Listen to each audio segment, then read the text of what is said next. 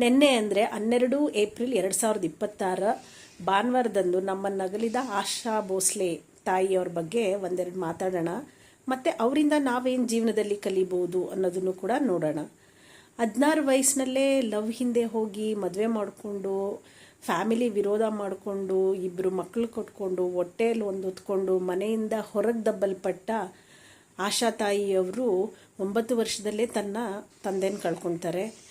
ಜೀವನಕ್ಕೋಸ್ಕರ ಅಕ್ಕ ಹಾಡು ಹಾಡ್ತಾರೆ. ಅವ್ರ ಹಿಂದೆನೇ ಇವರು ನೆರಳು ಥರ ಹೋಗ್ತಾರೆ, ಬೇರೆ ದಾರಿ ಇಲ್ಲದೆ.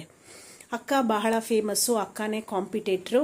ಅಕ್ಕ ಬಿಟ್ಟು ಅಥವಾ ಬೇರೆಯವರೆಲ್ಲ ಬಿಟ್ಟು ಆಡಲ್ಲ ಅಂತ ಹೇಳಿರೋ ಹಾಡುಗಳನ್ನೆಲ್ಲ ತನ್ನದೇ ವಿಭಿನ್ನ ಶೈಲಿಯಲ್ಲಿ ಕಾಂಪಿಟೇಷನ್ನು ಕೊಡದೆ ಹಾಡಿ ಜನಮನ್ನಣೆ ಗಳಿಸ್ತಾರೆ. ಅಂದರೆ ಯಾವುದೂ ಕೇಳಿಲ್ಲ, ಯಾವುದೂ ಮೇಲಿಲ್ಲ, ನಾವು ಯಾವ ರೀತಿ ಅದನ್ನು ತಗೋತೀವಿ ಅನ್ನೋದು ಒಂದು ಪಾಠ.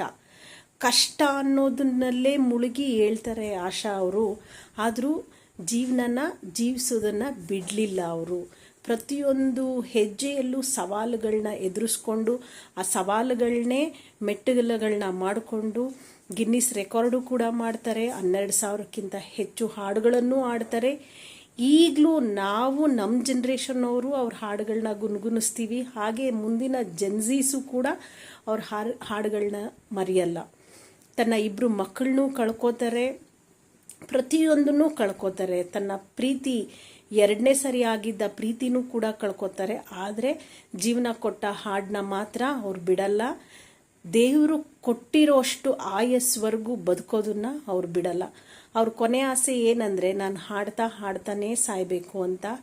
ಯಾರು ಅಷ್ಟು ತಮ್ಮ ಕೆಲಸದ ಮೇಲೆ ನಂಬಿಕೆ ಇಟ್ಕೊಂಡಿದ್ದೀರಾ, ಯಾರು ಅಷ್ಟು ತಮ್ಮ ಕೆಲಸನ ಜೀವನಕ್ಕಿಂತ ಎಷ್ಟು ಪ್ರೀತಿಸ್ತೀರಾ, ಅವ್ರಿಗೆ ಆ ದೇವರು ಕೂಡ ಎಲ್ಲವನ್ನ ಕೊಡ್ತಾನೆ.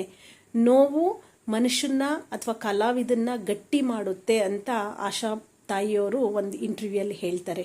ಸೊ ಹಾಗಾಗಿ ನೋವು ಬಂತು ಅಂತ ಅವ್ರು ಕುಗ್ಲಿಲ್ಲ, ಜೀವನನ ಎದುರಿಸಿದ್ರು, ಜೀವನನ ಜೀವಿಸಿದ್ರು.